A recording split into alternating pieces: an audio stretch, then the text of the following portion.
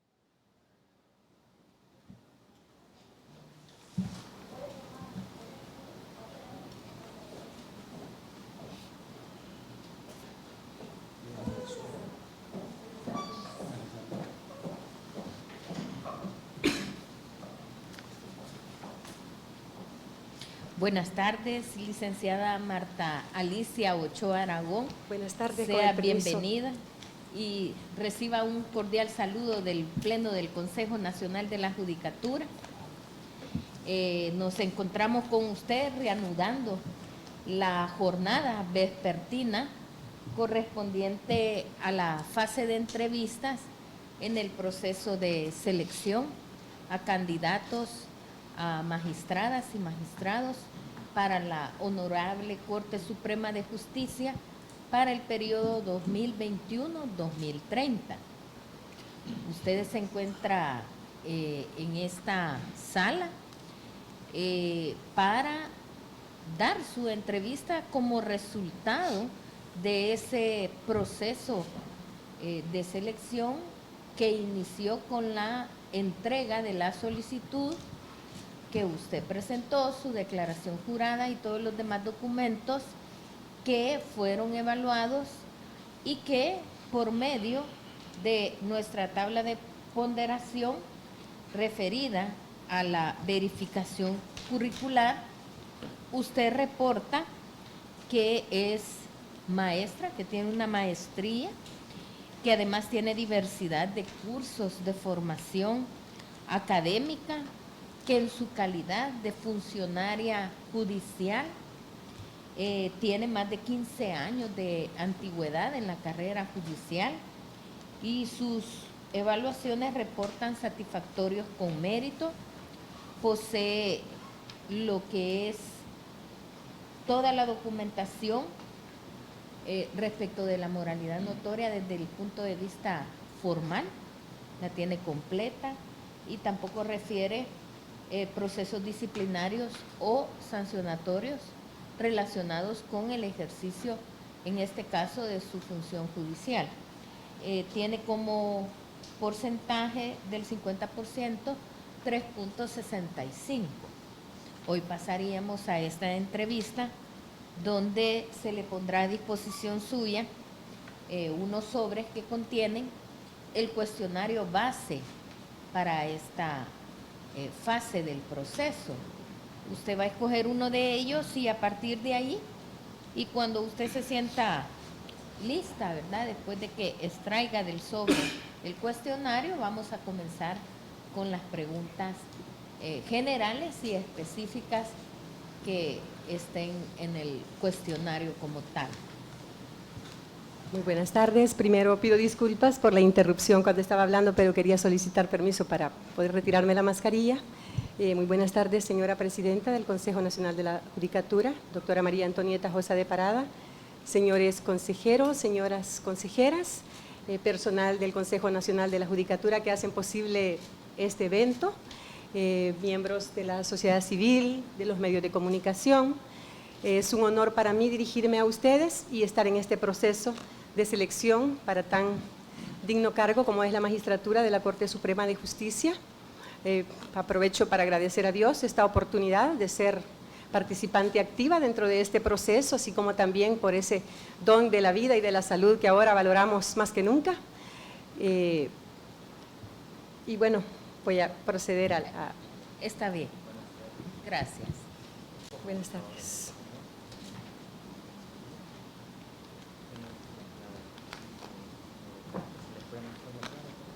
Clave 5. Es la clave número 5. Gracias. Usted puede extraerla con tranquilidad en lo que nos entregan a nosotros también esa misma clave. Léala para usted y cuando esté lista, pues nos indica, ¿verdad?, para que comencemos con el cuestionario.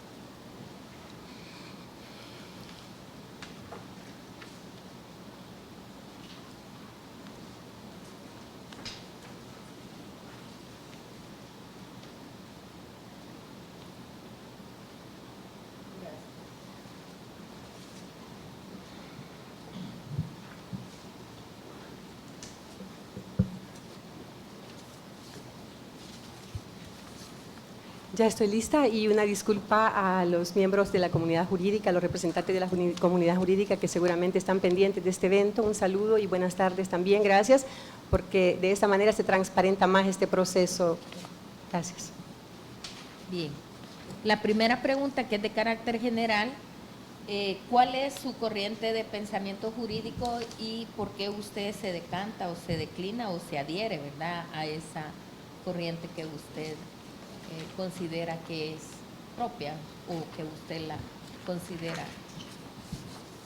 En relación a la pregunta que se me hace respecto de cuál corriente de pensamiento, en cuál me adhiero, por cuál me decanto, mi corriente de pensamiento jurídico, luego de realizar pues un estudio de algunas de ellas, ¿verdad?, porque son tantas, es la corriente de pensamiento que aplica la teoría de la argumentación.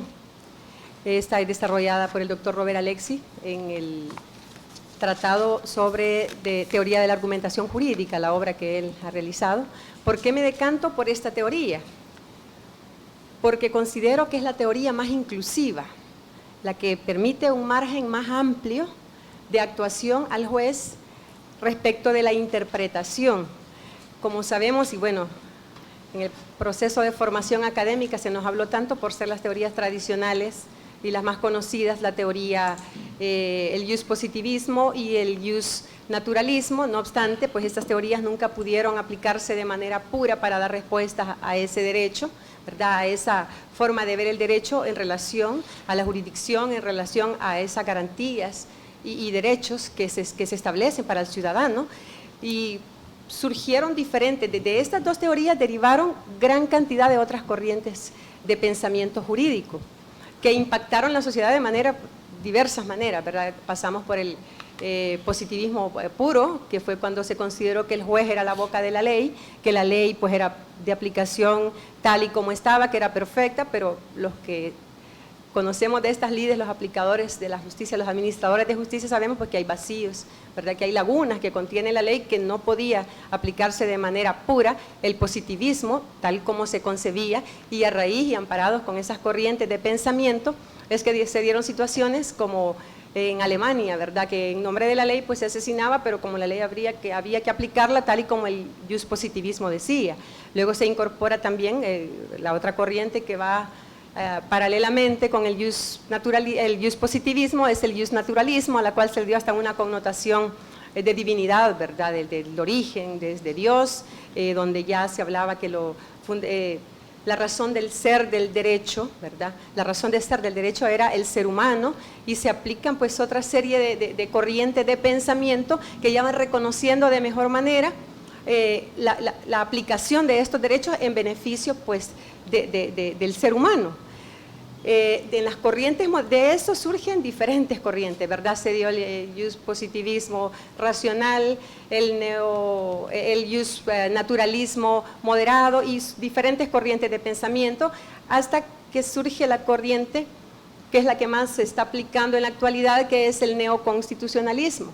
El neoconstitucionalismo es hace como una incorporación de las diferentes corrientes de pensamiento, sacando lo mejor, extrayendo lo mejor de cada una, ¿verdad? Del positivismo, del naturalismo, pero de una manera más racional, permitiéndole una interpretación más directa a la luz de esos derechos y garantías que la Constitución otorga a los ciudadanos. Paralelamente al neoconstitucionalismo, que es incluso de mayor aplicación, decía, porque es a lo que se adhiere nuestro marco normativo, nuestro Código Civil hace aseveraciones a que se puede aplicar la norma, se puede aplicar el positivismo, también el naturalismo, pero también permite ya la interpretación del juez, que se puede aplicar la jurisprudencia para decidir para fundamentar nuestras decisiones, que se puede aplicar la normativa internacional, los tratados, convenciones, convenios. Entonces, esta corriente es de las más aceptadas.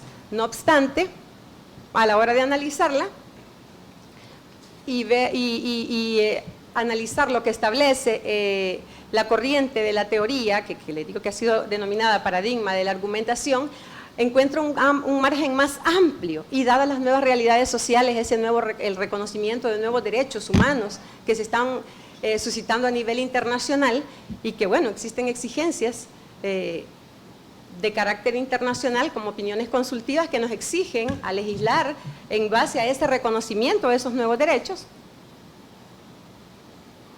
Considero que la teoría que más se aplica, por la que me adhiero, la que más debería aplicarse, es esta teoría de la argumentación, porque a la luz de establecer un argumento válido, que esté en armonía con la Constitución, puede darse un mayor reconocimiento de esos derechos. Considero que esta teoría es la que más se adapta a nuestro sistema de gobierno, nuestra forma de gobierno, que es pues republicana, democrática, representativa, de la cual se deriva pues que el poder, ¿verdad?, está otorgado a diferentes órganos, que confluye pues una democracia pluralista, ¿verdad?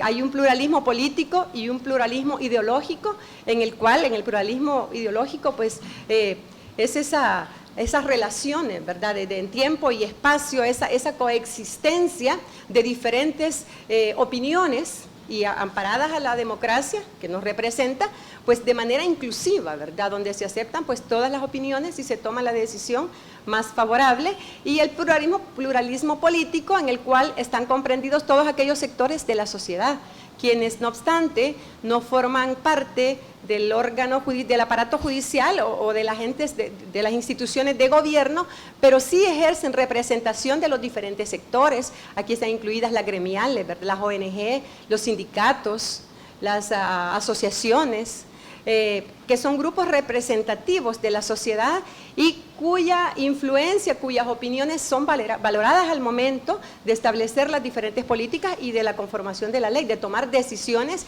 que van a impactar en la sociedad. Entonces, por estas modificaciones que se están dando en la sociedad y a nivel mundial, y por esos compromisos que se están adquiriendo, me parece que esta teoría es la más inclusiva y es la que nos permite aplicar el derecho de una manera pues más justa, ¿verdad?, y siendo pues eso los fines del derecho, ¿verdad?, que exista justicia, seguridad jurídica y bienestar común, el bien común.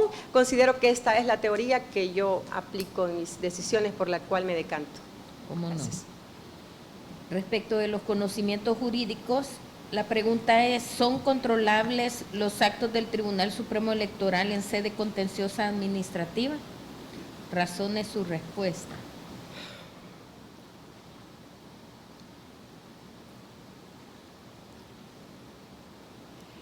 El Tribunal Supremo Electoral,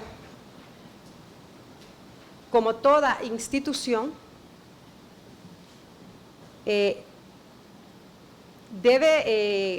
todas las decisiones que tome, todos sus actos, tienen un impacto social, y siendo de que la Sala de lo Contencioso Administrativo es la que tiene que resolver, ¿verdad?, la que tiene la función jurisdiccional de resolver todo acto o contrato celebrado por entidades que representan de alguna manera al Estado, que forman parte de la forma de gobierno. Considero que sí, que ellos están sometidos, al igual que toda institución, ¿verdad?, a responder o a ser controlables a través del Tribunal Supremo Electoral, porque de las decisiones que ellos tomen también podrían violentarse derechos.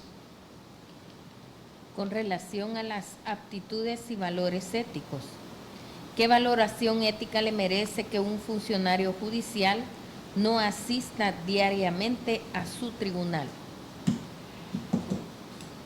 Definitivamente esto está vinculado con el Código de Ética Judicial y con las reglas del comportamiento que establecen las reglas de Bangalore en relación al actuar del juez, al proceder ético del juez, y esto de la no asistencia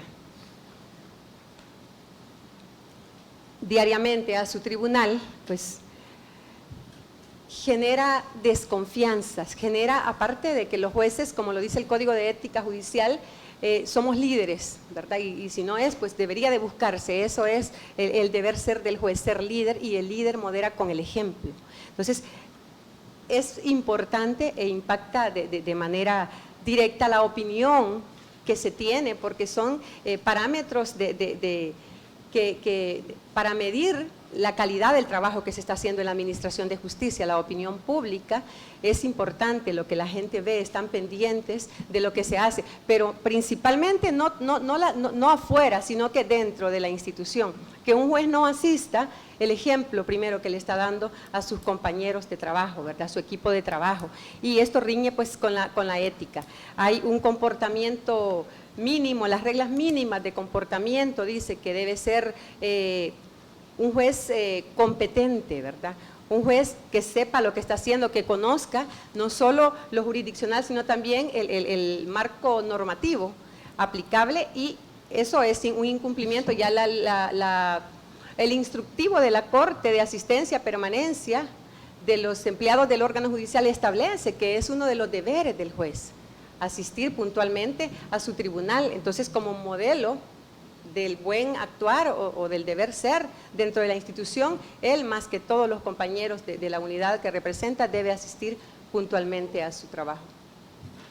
Apreciación sobre el órgano judicial.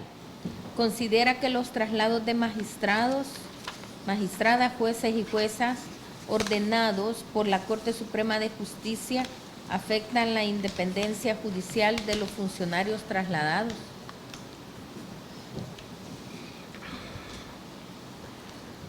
Habría que ver cada caso en particular. De hecho, considero que los traslados de magistrados y jueces ordenados por la Corte Suprema de Justicia, sin regirse al proceso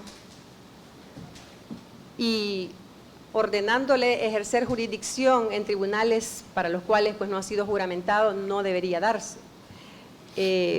Podría ser, habría que ver el caso en particular, ¿verdad?, que alguien se adhiera a cierto actuar para no considerar que se pueden tomar represalias en su contra, y que por una decisión que va a emitir, ¿verdad?, se le pueda trasladar a otro lugar. Considero que sí, de alguna manera habría que ver cada caso en particular, pero sí podría tener una incidencia. Esto dependerá también del funcionario, ¿verdad?, porque alguien pues que esté consciente de la importancia de la labor jurisdiccional que realiza y de los derechos que tiene, y que esté pues apegado a la Constitución y al actuar ético, no tiene por qué verse influenciado por ningún tipo de situación, ¿verdad? Esto no podría ser considerado como una intromisión a la independencia, pero podría ser que hay jueces que no lo vean así y que sí pueda incidir.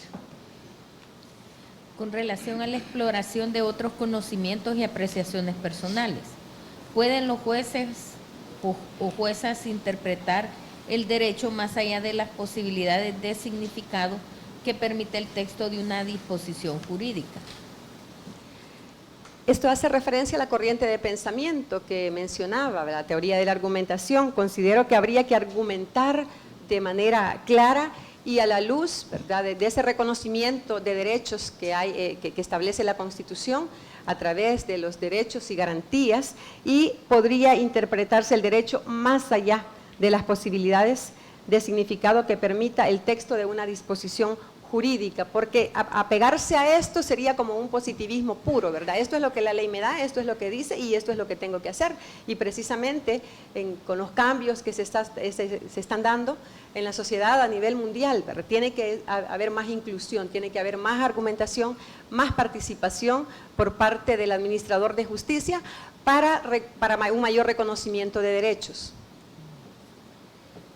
La pregunta sobre vinculación política partidaria, ¿qué opina sobre la prohibición jurisprudencial y ética de vinculación partidaria formal y material de los funcionarios judiciales? Pues mi opinión es en sentido que es positivo porque sí podría afectar la credibilidad, sí podría verse afectada la independencia del juez si se le permitiera participar de manera material o formal, a estar adscrito a cierto partido político. Sí afectaría, y de hecho existe prohibición legal, ¿verdad? El artículo 26 de la Ley de la Carrera Judicial pues dice que no es incompatible tales actividades con el desempeño de los funcionarios judiciales. Me parece que está bien aplicada esa disposición. Con esto, licenciada Marta Alicia Ochoa Aragón, terminamos el cuestionario que usted ha extraído.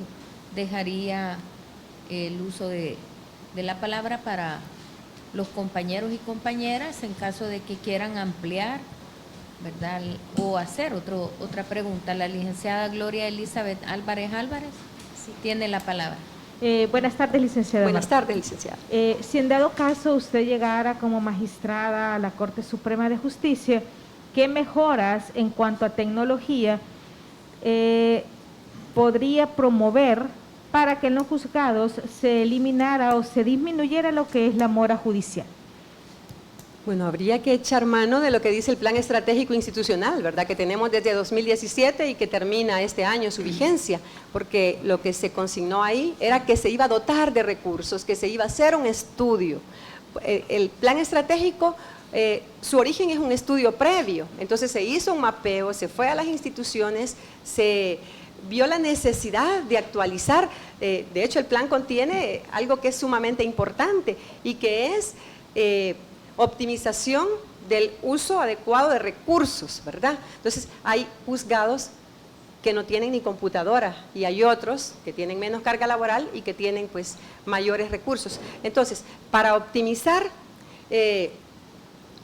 la tecnología, habría primero que capacitar al personal, concientizarlos, ¿verdad?, hacerles saber, prepararlo y dotarlo de recursos, porque el plan ahí está bien bonito, todo lo que dice, que se iba a dotar de recursos tecnológicos, que se iba a implementar la digitalización, ahora solo en algunas áreas de la Corte Suprema de Justicia, algunos juzgados, como en el caso del juzgado donde yo administro justicia, tenemos la notificación electrónica, pero no muchos, hay muchos juzgados que todavía no tienen esa posibilidad. Entonces trataría de eso, de que se dote, ¿verdad?, que se capacite a las personas y que se le distribuyan los recursos adecuados, de la calidad que deben de ser y de la manera equitativa, ¿verdad?, a hacer un estudio, ver cuáles juzgados tienen mayor carga laboral y de esa manera asignar los recursos. El licenciado magistrado concejal Carlos Wilfredo García Maya tiene el uso de la palabra. Muchas gracias, presidenta. Licenciada Ochoa, quizás quisiera un poquito más ampliada la respuesta respecto a los controles de los actos del Tribunal Supremo Electoral sobre sus actos. Usted sabe que el Tribunal Supremo Electoral es un órgano emanado o institución emanada por la Constitución. Por lo consiguiente, este emite actos tanto emanados de la Constitución como actos administrativos propios que tiene como tal. Explicándole eso, para usted, ¿cuáles serían los controlables que habla de legalidad, que serían controlados por la Sala Contencioso Administrativo, y cuáles serían controlables vía Constitución. Dentro de las atribuciones de la Sala de lo Contencioso Administrativo es resolver cuando en una contratación, ¿verdad?, se violenta un derecho en un acto o en un contrato, es ante ella, ante quien hay que plantear dependiendo del caso, ¿verdad?, porque podría ser ante las cámaras o ante la Sala de lo Contencioso Administrativo. Entonces, siendo un ente del Estado y siendo la Sala de lo Contencioso Administrativo la encargada de regular los actos y contratos que se realizan en estas diferentes dependencias, considero que sí tendría, sí se podría dar este tipo de recursos ante la Sala. Muchas gracias, licenciada. ¿Alguien más? Yo tengo una quizás ampliación con relación a la aptitud y valores éticos. La pregunta que se realizó de este cuestionario es ¿qué valoración ética le merece que un funcionario judicial no asista diariamente a su tribunal?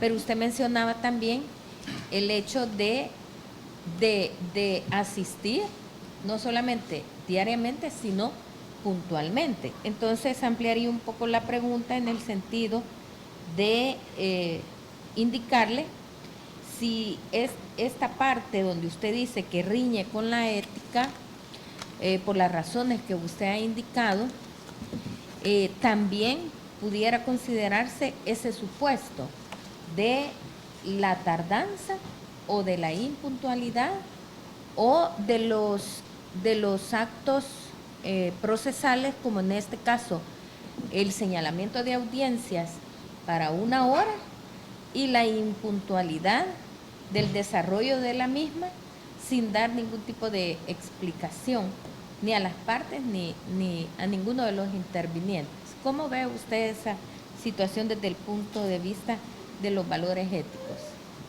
Bueno, esas actuaciones judiciales riñen con la integridad del juez. El juez debe ser íntegro en su actuar y una forma de mostrar esta integridad es ser respetuoso de los derechos de los demás. Señalar una audiencia y presentarse con posterioridad está abusando del tiempo que es tan valioso para los usuarios del sistema de justicia. Entonces, y respetar los derechos de las otras personas cometiendo ese tipo de actitudes, eso son conductas no éticas, ¿verdad? Y el juez, pues por su misma condición, por lo que representa, ¿verdad?, está obligado, más que cualquier otro ciudadano, a comportarse pues, con el debido decoro, ¿verdad?, y en armonía y de acuerdo pues, al cargo que desempeña. Bueno, ¿alguien más? Con eso, licenciada Marta Alicia Ochoa Aragón, estaríamos dando por concluida su entrevista y usted quedaría pues pendiente de las notificaciones que se realicen de parte de la Secretaría Ejecutiva como parte de las decisiones de este pleno. Muchas gracias. Buenas tardes. Buenas tardes.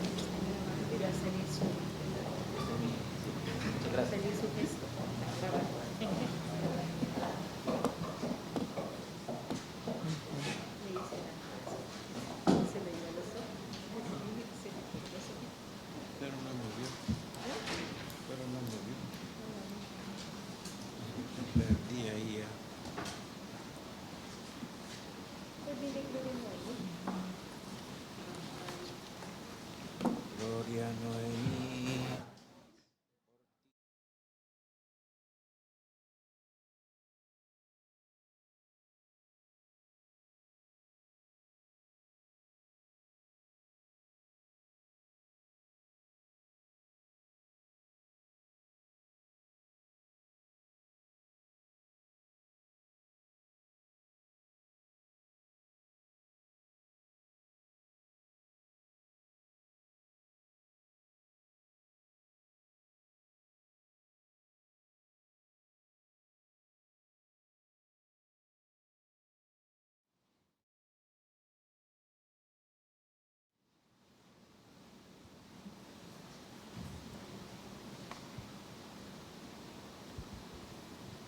Habiendo escuchado la intervención de la aspirante licenciada Marta Alicia Ochoa Aragón, corresponde en esta ocasión recibir a la aspirante licenciada Gloria Noemí Ortiz Ortiz.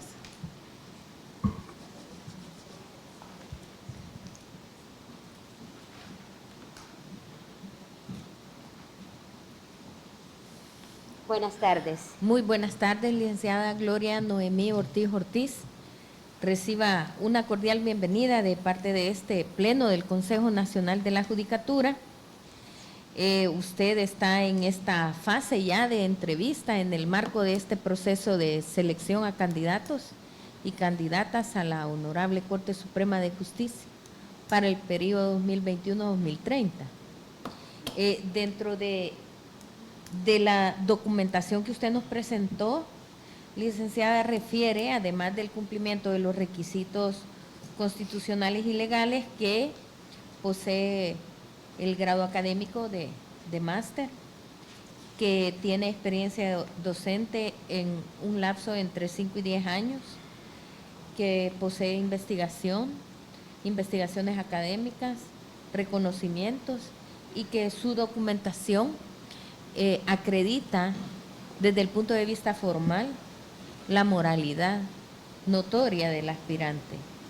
Como jueza de carrera, tiene más de 15 años precisamente de antigüedad en la carrera judicial, y sus evaluaciones se encuentran en el estándar de satisfactorio con mérito, dando un total de 3.9 sobre la base del 50% del análisis o verificación curricular.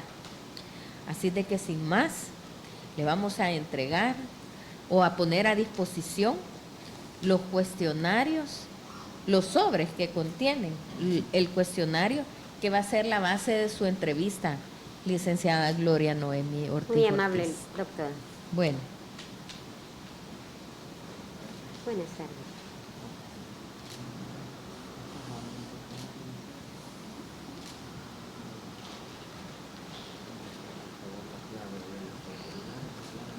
Clave 2. La clave número 2.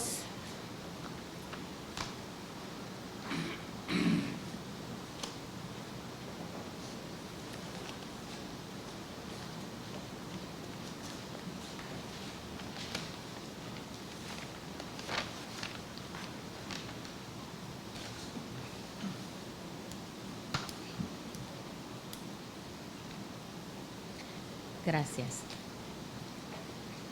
Usted lee tranquilamente las preguntas en lo que nosotros nos familiarizamos igual con el cuestionario, licenciado Ok. Ortiz. Gracias.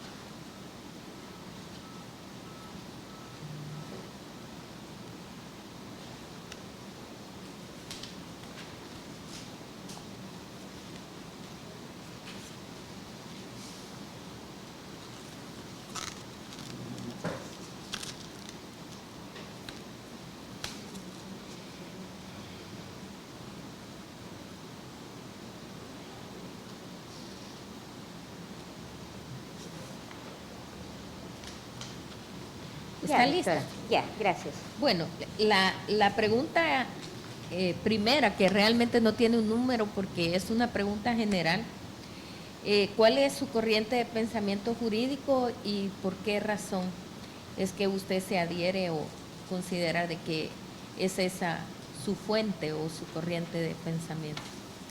Ok, bien, dentro de las corrientes del pensamiento jurídico, pues tenemos la corriente del justnaturalismo, la corriente del positivismo y el realismo jurídico que se deriva del mismo positivismo jurídico. Por la corriente que yo me decanto es ser por el realismo jurídico. ¿Por qué? Si bien es cierto, las corrientes del pensamiento jurídico han ido evolucionando, ¿verdad? Teníamos el justnaturalismo, que esa es la que provenía pues de la naturaleza y de Dios, hacer las decisiones basadas en esa convicción religiosa y en la naturaleza. De ahí entramos a la etapa del positivismo jurídico. En este positivismo jurídico, pues, se ve que el justnaturalismo, pues, le dio como herramientas para el surgimiento del positivismo jurídico. Pero, sin embargo, este positivismo jurídico carecía de valoración, carecía de esos fines, de los cuales, pues, se tenía que implementar en la toma de decisiones. De ahí la importancia que del positivismo, ¿verdad?, que entró en decadencia porque no entraba en una efectiva valoración de esos fines, y es como entramos al realismo jurídico. En el realismo jurídico, pues, encontramos que se da desde una perspectiva del realismo norteamericano y el escandinavo. El realismo norteamericano, tenemos a Oliver Holmes, que dice pues que el derecho es una decisión que proviene de ¿qué? Pues que proviene de esa labor jurisdiccional, que los jueces emitimos cada día con nuestras resoluciones. Con la resolución que nosotros hacemos, pues, estamos creando el derecho y nos apartamos de la normativa, ¿verdad? Por eso es que el positivismo dejó de tener esa eficacia o esa validez, porque no se daba una efectiva valoración sobre las conductas y sobre los hechos, que es lo que hace lo que es el realismo jurídico. Y es por el cual yo me decanto, porque los jueces creamos el derecho a través de ¿qué? A través de todas estas resoluciones que nosotros damos, y que también el positivismo se apartaba de lo que es, no veía la Constitución. Vemos en el realismo, pues, que encontramos ahí la Constitución en cuanto a los valores, en cuanto a los principios que tenemos, y que es tan importante este constitucionalismo en el realismo, porque ahí es donde con las decisiones que nosotros damos, pues, estamos protegiendo derechos fundamentales de las personas. Y vemos esos hechos, ¿verdad? Los adecuamos a estos principios, a estos fines, que le damos una efectiva valoración, ¿verdad?, de esas decisiones que crean el derecho. Esa es por la pensamiento jurídico por la cual yo me decanto, por lo que es el realismo jurídico. ¿Cuál es su opinión jurídica respecto al principio de no regresión de los derechos humanos, licenciado Ortiz? Ok, bien, los derechos humanos son los derechos humanos los que tenemos todas las personas por el hecho de ser persona, ¿no? Pero no puede haber una regresión de estos derechos. Estos derechos humanos se legitiman cuando los hacemos efectivos. O sea, todo ser humano tiene estos derechos. Tenemos un derecho a la vida, el derecho al trabajo, y todos estos derechos constituyen en sí, los derechos humanos, por el hecho de ser persona, es un derecho humano. No puede existir una regresión de esos derechos, de regresarnos a los derechos que ya han ido evolucionando constantemente. Respecto de las aptitudes y valores éticos, desde la perspectiva de la ética, con qué criterio debería fijarse el límite entre la prohibición de vinculación material u objetiva de un juez con partidos políticos y el legítimo ejercicio de la libertad ideológica de dicho funcionario. Bien, desde esta perspectiva, en cuanto a las actitudes y los valores con que debemos fijar esos límites, en esta prohibición, pues, cuando un juez está vinculado a un partido político, pierde su independencia judicial, pierde esa imparcialidad, porque los jueces nos debemos principalmente a la Constitución y a las leyes de la República. No podemos tener esa visión de pertenecer a un partido político, porque eso afecta nuestra imparcialidad. Si bien es cierto, se tiene una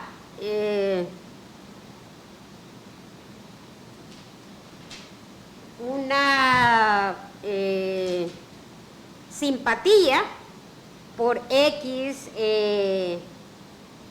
determinada ideología política, pero no puede usted incluirse o mezclarse en ese tipo de partidos políticos, porque le afecta de manera fundamental su labor como juez de la República, su labor jurisdiccional. Tenemos que ser jueces independientes e imparciales. Cuando tomamos la protesta para ser juez, nos desvinculamos de todas esas corrientes de partidos políticos, porque nos debemos precisamente a la Constitución. Puede tenerse X ideología, pero cuidado con llevar esa ideología a su labor jurisdiccional, porque le afecta en gran manera. No puede usted de manera objetiva dictar una determinada resolución. Y es que es la confianza que se le delega como juez para que usted pueda administrar justicia y lo vea también desde una perspectiva de la realidad, de lo que está ocurriendo, porque su decisión es una decisión importante. Vemos las resoluciones de la Sala de lo Constitucional, que esas resoluciones cambian son resoluciones de país, porque hacen valer derechos que muchas veces a las personas se les violenta esos derechos. Entonces, es importantísimo que esté desvinculado pues de esa ideología partidaria que pueda tener.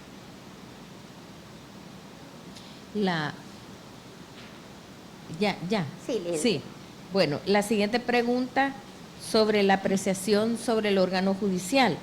En caso de ser electa, ¿qué propuesta concreta aplicaría o promovería desde la Corte Suprema de Justicia para hacer más eficiente y eficaz el control administrativo sobre el ejercicio de la abogacía y el notariado? Bien, las propuestas que aplicaría en cuanto para hacer más eficiente este control administrativo sobre el ejercicio de esta profesión de la abogacía y el notariado. Si bien es cierto, se ha avanzado muchísimo porque estamos hoy con la carnetización para los abogados,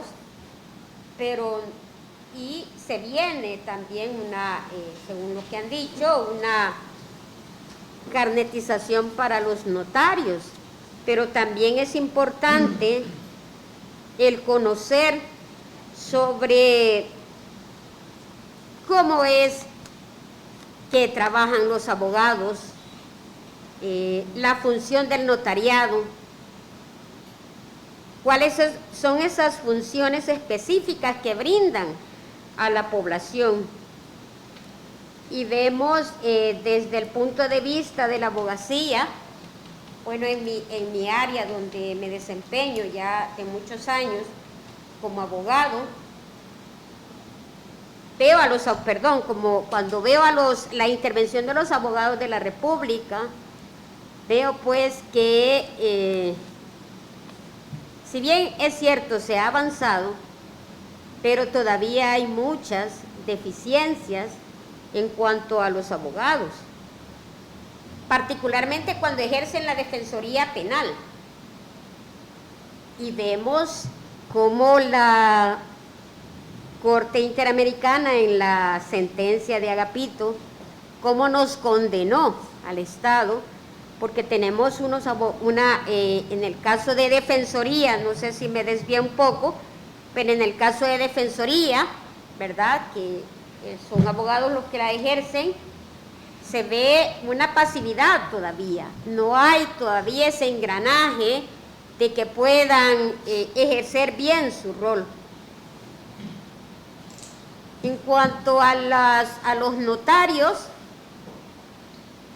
vemos que se están dando, en cuanto a la función del notariado,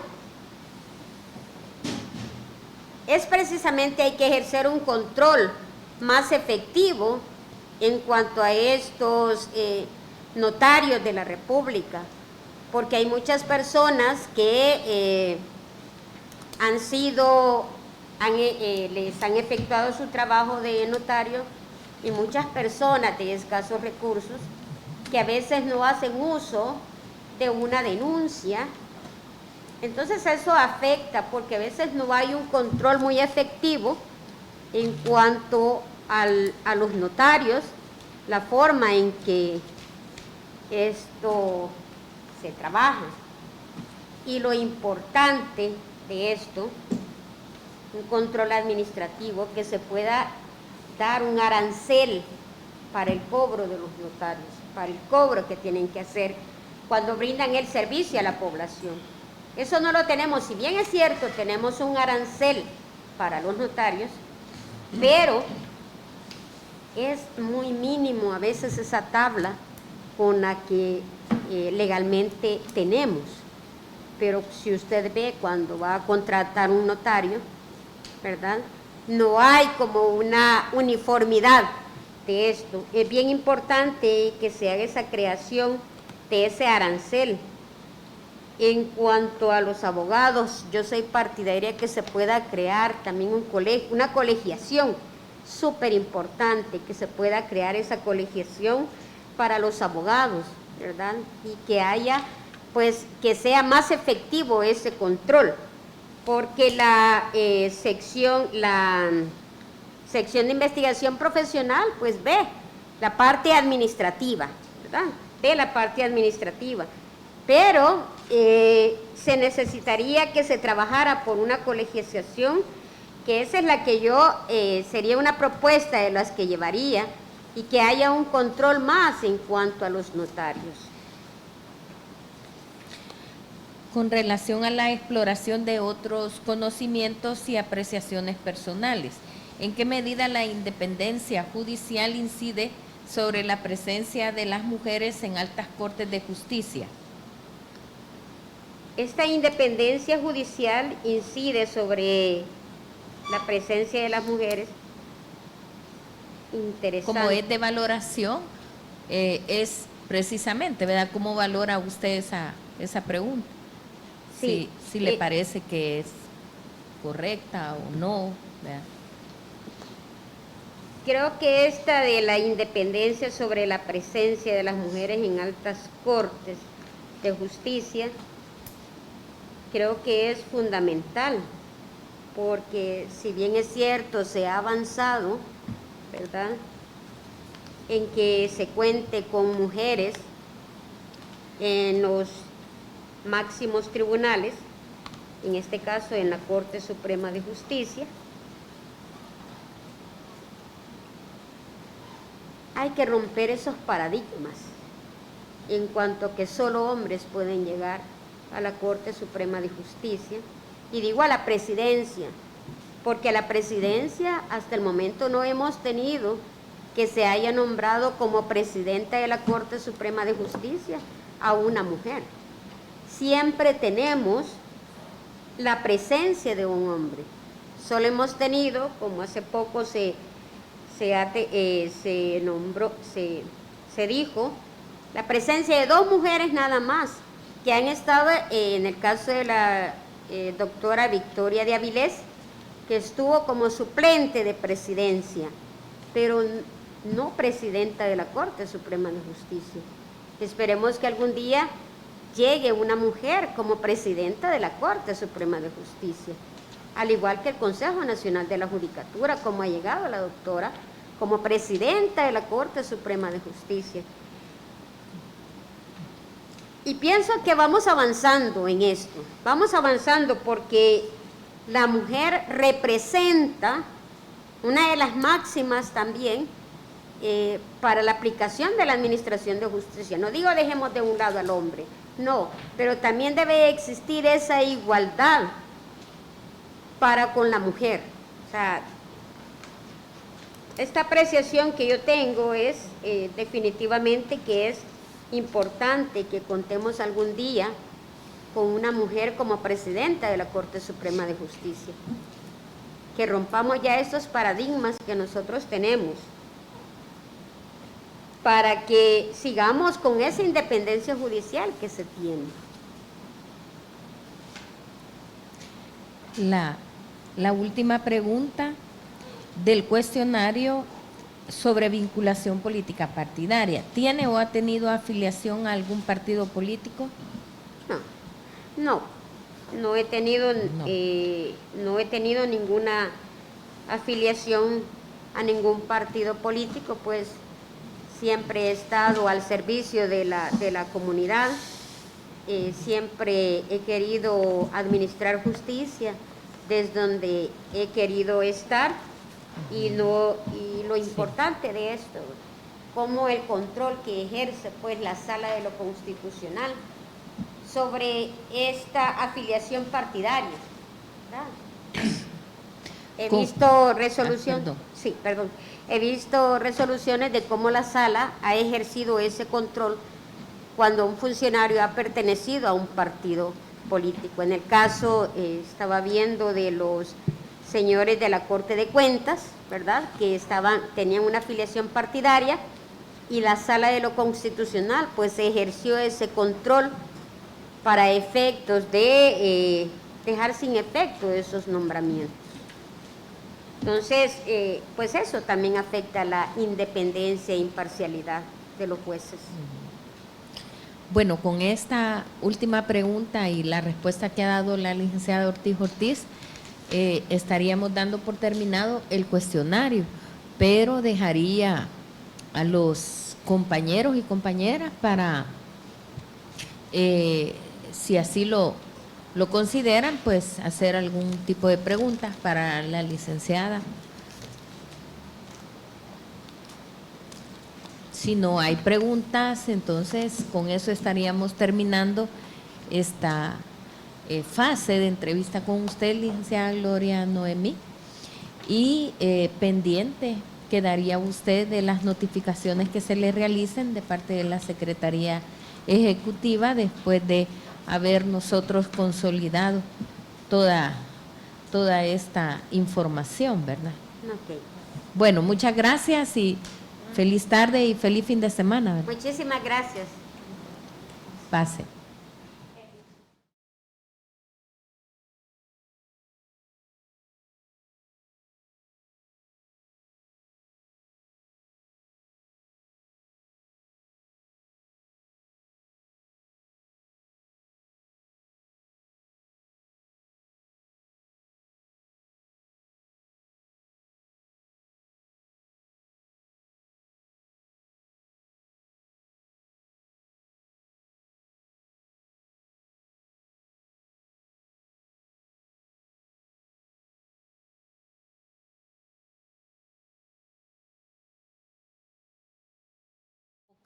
Según el programa a las 3:40, ¿verdad? Entonces, como estamos adelantados, son las 3, pues hay que esperar en el momento que venga, ¿verdad?